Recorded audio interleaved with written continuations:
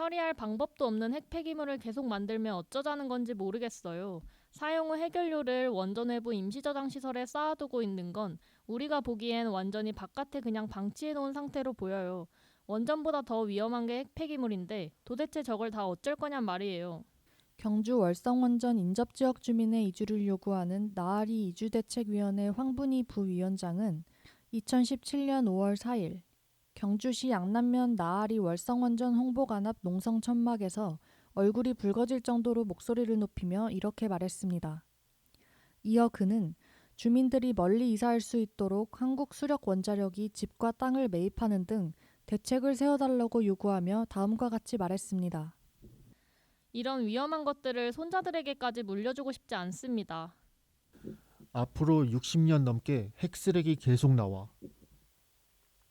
문재인 정부의 탈원전 기조에 따라 만들어진 신고리 원전 5, 6호기 공론화위원회는 2017년 10월 20일 정부의 건설 재개를 권고했습니다. 당시 기준으로 우리나라의 탈원전 완료 시기는 문재인 당시 대통령의 원래 공약인 60년 후에서 65년 후로 미뤄졌습니다. 2022년 현재 한국수력원자력은 두 원전이 완공될 시기를 2024년에서 2025년으로 전망하고 있습니다. 설계 수명이 60년이라는 점을 감안하면 2085년까지 새로운 핵폐기물이 계속 나오게 됩니다.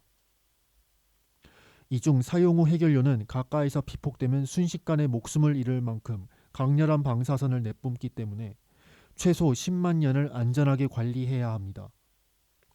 하지만 이 고준위 핵폐기물의 안전한 연구 처분 방법은 아직 어느 나라도 찾지 못했고 우리나라는 최종 처분 방식에 대한 결정을 미룬 채 각 원전 인근의 임시 저장 시설에 계속 쌓아가고 있습니다. 한수원을 비롯한 원전 관련 기관들은 사용 후 해결료 임시 저장 시설이 안전하다고 주장합니다. 한국원자력환경공단은 2016년 발행한 사용 후 해결료 이야기 70에서 사용 후 해결료 습식 저장 시설인 저장수조는 두꺼운 콘크리트 구조물에 내벽이 스테인리스 강인 이중 구조로 설계하여 운영되고 있다며 안전성을 강조했습니다. 월성 원전의 경우 사용 후 해결료를 건식 저장 시설에 보관하고 있습니다. 이에 대해서는 규모 6.5의 지진에 견딜 수 있도록 설계되어 있으며 주기적인 방사선량 측정과 구조물 건전성 검사를 하고 있다고 설명했습니다. 한국원자력환경공단 곽상수 중저준위 정책팀장은 건식 저장시설의 경우 콘크리트 내부의 여러 겹 금속 저장 용기 안에 사용 후 해결료를 안전하게 보관하고 있다고 말했습니다. 임시시설이라 테러와 미사일 공격 등의 취약. 그러나 탈핵을 주장하는 전문가들의 의견은 다릅니다. 사용 후 핵연료는 가동되고 있는 원전만큼 사고 가능성이 높고 사고의 파장은 더 클 수도 있다는 것입니다. 원자력 공학자인 이정윤 원자력 안전과 미래 대표는 2017년 9월 27일 단비뉴스 전화 인터뷰에서 이렇게 말했습니다. 현재 임시 저장소는 무방비 상태입니다. 현재 원자로 바깥을 둘러싼 경납 건물은 120cm로 두껍게 설계되어 있지만 사용 후 핵연료 임시 저장소의 콘크리트 두께는 40cm밖에 안 된다는 것입니다. 이어서 그는 이렇게 주장했습니다. 안에서 과압이 발생한다거나 미사일 공격 등의 테러가 발생하는 경우 취약할 수밖에 없는 구조입니다. 사용 후 해결료를 바깥으로 빼내서 안전하게 보관해야 합니다. 한병섭 원자력 안전연구소장도 같은 달 25일 단비뉴스 전화 인터뷰에서 이렇게 말했습니다. 우리나라 사용 후 해결료 저장소는 그야말로 임시시설이기 때문에 테러나 미사일 공격 등에 준비되어 있지 않습니다. 1등급 보안시설이고 군사 공격 대상이기 때문에 테러에 대한 준비를 충분히 했어야 하지만 그렇지 않습니다. 미국은 월성 원전처럼 모든 다발을 한 곳에 몰아 저장하는 것이 아니라 50개에서 100개씩을 넣은 조그만 왕릉 같은 것을 여러 곳에 분산시키는 방식을 권고하고 있습니다. 콘크리트 벽을 2에서 3m 정도로 두껍게 만들거나 갱도 같은 지하터널 또는 산 중간 터널에 저장 공간을 만들어 미사일과 테러에 대비하는 방식이 세계적으로 사용되고 있습니다. 미국 자연자원방어위원회의 강정민 원자력 분과 선임 연구위원은 2017년 10월 9일 경향신문에 다음과 같이 기고했습니다. 원전은 국가안보에 있어서 급소다. 과거 북한이 김정은의 미사일 발사 관련 배경 사진에서 보여주었듯이 남한 내 원전들은 북한 미사일의 타깃이다. 국내 원전은 북한의 미사일 공격을 막을 수 없다.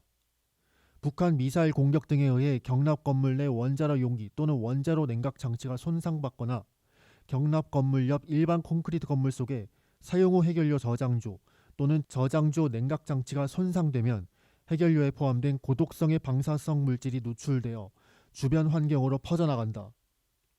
체르노빌이나 후쿠시마보다 훨씬 대규모의 중대 사고가 발생하게 된다.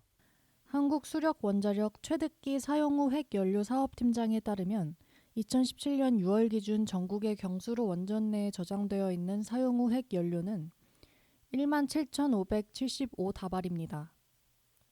월성원전 1에서 4호기의 경우 연료봉 교체가 자주 필요한 중수로이기 때문에 사용 후 핵연료가 저장수조와 건식 저장시설에 43만 576다발 쌓여 있습니다.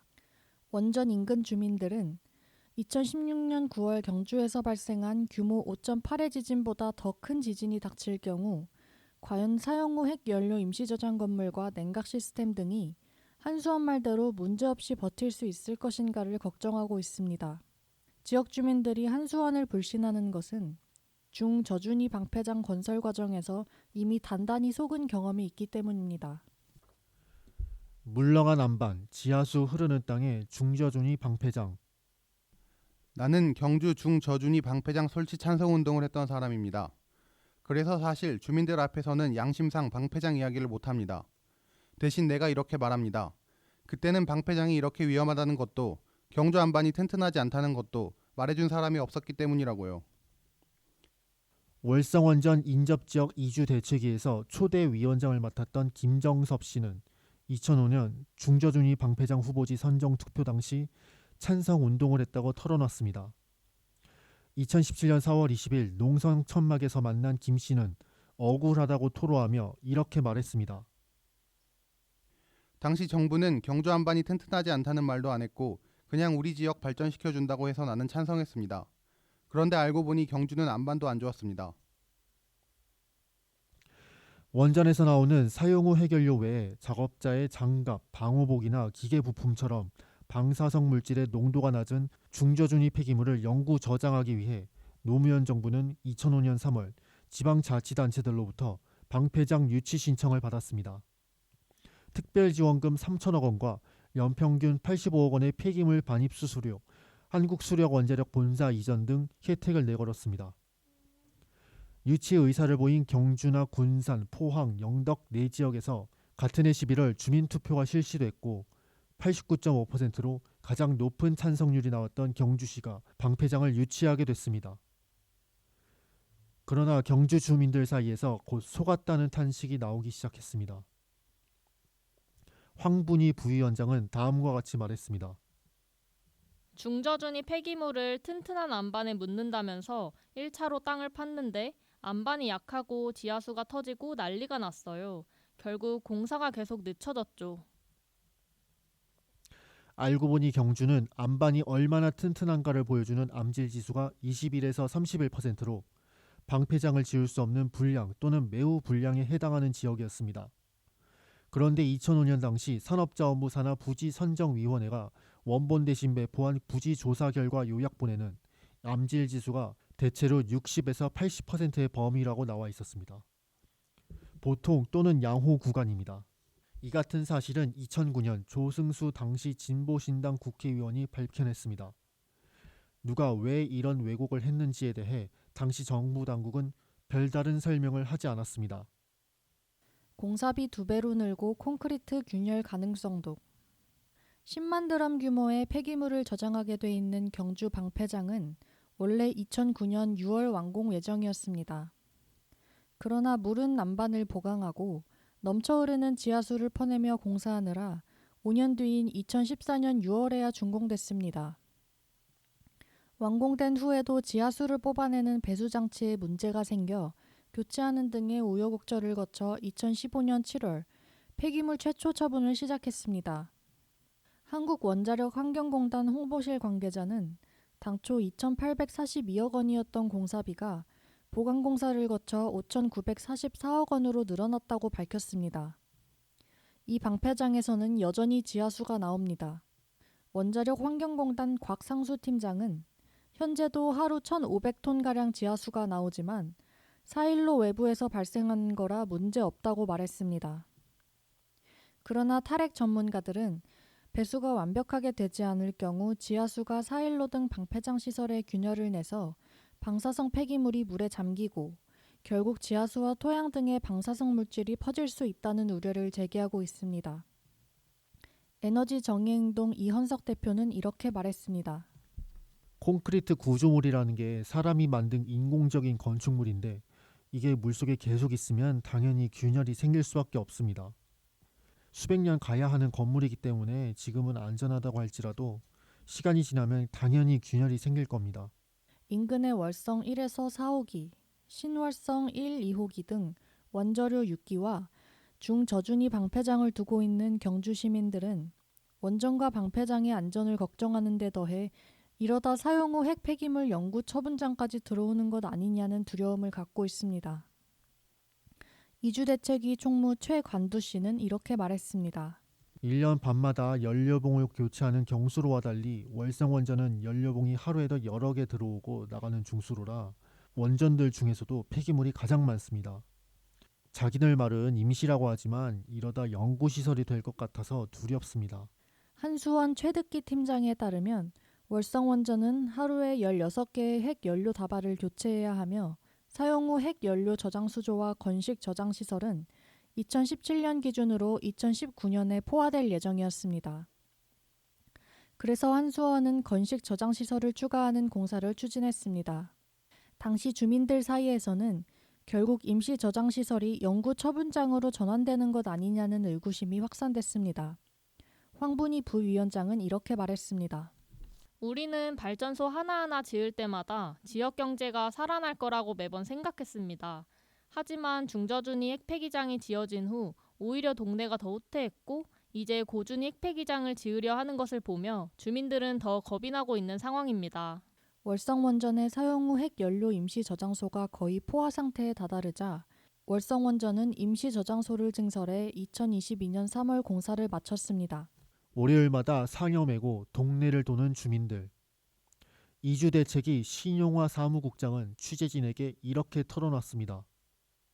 원래 이곳은 새누리당 지역이라 정부를 믿는 성향이 강했고 주민들은 핵 발전에 의문이 생겨도 한수원에 묻고 괜찮대 하고 살았어요. 후쿠시마 사고 후 생각이 바뀌었어요. 신 씨는 2004년 경주에 터를 잡은 후 원전의 위험성에 대해 전혀 모른 채 점점 원전과 가까운 동네로 이사했습니다. 2007년에 양남면으로 들어갔고 2010년에는 원전과 고작 1km 거리에 있는 양남면 나아리에 집을 장만했습니다. 2011년 후쿠시마 원전 사고가 터지고 2012년 국내 원전의 짝퉁 부품 비리가 터지면서 죽을 수도 있겠구나라는 위협을 느꼈어요. 그래서 주민들과 함께 이주대책위원회를 만들었어요. 이주대책위는 원전의 위험성이 알려지면서 집과 땅의 가치가 0이 됐다며 한수원이 이를 매입해 줄 것을 요구했습니다. 최관두 총무는 이렇게 말했습니다.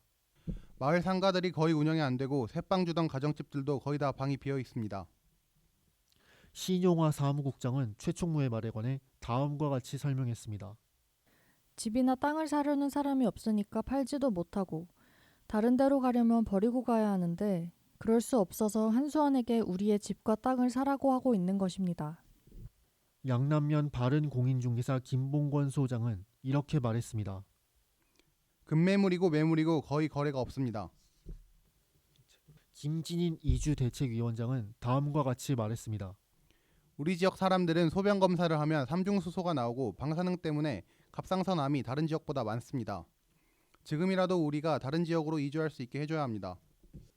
농성 천막까지 치고 2017년 기준으로 3년째 이 같은 요구를 하고 있지만 한수원이 들어주지 않자 주민들은 매주 월요일 월성 상여를 끌고 동네를 한 바퀴 도는 시위를 했습니다.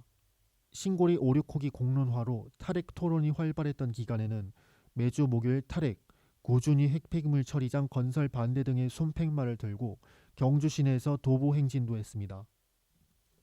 관광객 발길도 끊기고 지쳐가는 주민들. 정부는 경주에 방패장을 세울 때 문무대왕릉과 무열왕릉 등 호국 통일의 성지와 묶어 명품 관광지로 조성해 관광객이 많이 찾도록 하겠다고 공언했습니다. 하지만 주민들은 방패장 때문에 오히려 관광업도 망가졌다고 말했습니다. 황 부위원장은 이렇게 탄식했습니다. 월성은 문무대왕릉과 굉장히 가까운 곳이라 만약 월성에 핵발전소가 안 들어왔다면 관광지로 더 발전했을 겁니다. 이제는 원전 근처 펜션이나 바다에 사람이 아무도 안 오고 청정지역이 완전 망가졌어요. 신용화 사무국장도 최근 해수욕장에 사람이 눈에 띄게 줄었다고 말했습니다. 이주 대책위의 투쟁이 길어지면서 주민들의 응집력도 떨어지고 있습니다. 김진인 위원장은 이렇게 말했습니다. 한수원에서 이주 대책위 모임을 와해시키려 개인적 접촉을 하고 있습니다. 산업통상자원부 용역으로 2015년 11월 실시한 원전 인근 주민 집단 이주제도 타당성 조사에 따르면 나아리 주민의 71%가 이주 요구가 타당하다고 답했지만 나서는 사람은 많이 줄었습니다.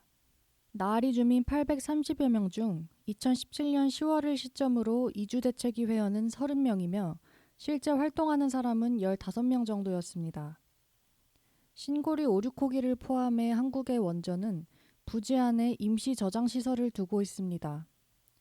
2021년 12월 27일 문재인 정부는 제2차 고준위 방사성 폐기물 관리 기본계획을 심의 의결해 기존 원전의 사용 후 핵연료, 즉 핵 폐기물을 계속 임시 저장할 수 있도록 했습니다.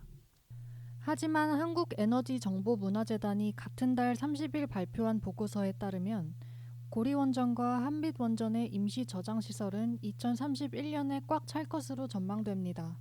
한울원전은 2032년, 월성원전 경수로는 2044년에 포화 상태에 이릅니다. 임시 저장시설을 대체할 방사성 폐기물 중간 저장시설 부지를 찾는 작업에는 아직까지 뚜렷한 진전이 없습니다.